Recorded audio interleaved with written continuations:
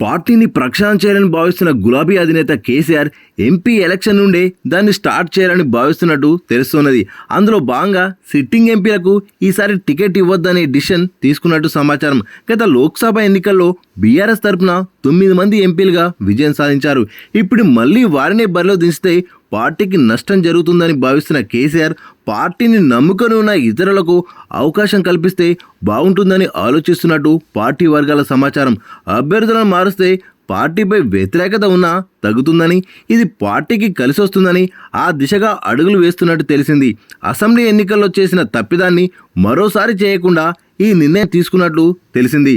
ఇక పార్లమెంట్ ఎన్నికల్లో పోటీ చేసేందుకు సిట్టింగ్ ఎమ్మెల్సీలు, ఎమ్మెల్యేలు సైతం ఆసక్తి కనబరుస్తున్నారని ప్రచారం జరుగుతున్నది. వారికి కూడా కేసీఆర్ చెక్ పెడుతున్నట్టు తెలిసింది. సిట్టింగ్ ఎమ్మెల్యే, ఎమ్మెల్సీ ఎవరైనా పోటీ చేసి ఎంపీగా గెలిస్తే ఆ అసెంబ్లీ నియోజకవర్గాన్ని కోల్పోవాల్సి వస్తుందేమోనని అధినేత భావిస్తున్నట్టు సమాచారం. అందుకోసమే అభ్యర్థుల ఎంపికలో కేసీఆర్ ఆచితూచి అడుగులు వేస్తున్నట్టు తెలుస్తున్నది.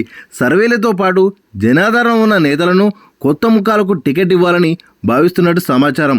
మరోవైపు రాజ్యసభ అభ్యర్థి ఎంపిక కోసం సైతం కేసీఆర్ మల్లగుల్లాలు పడుతున్నట్టు తెలిసింది.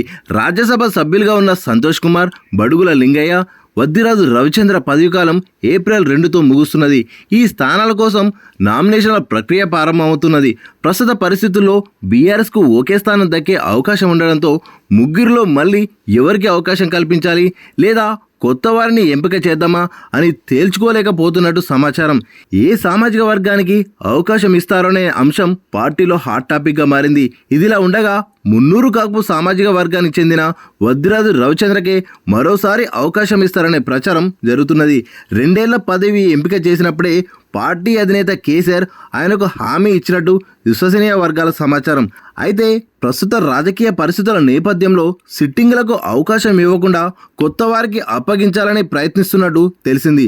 అభ్యర్థుల ఎంపికలో కేసీఆర్ మునుపెన్నడూ లేని విధంగా సవాలు ఎదుర్కొంటుండడం గమనార్హం.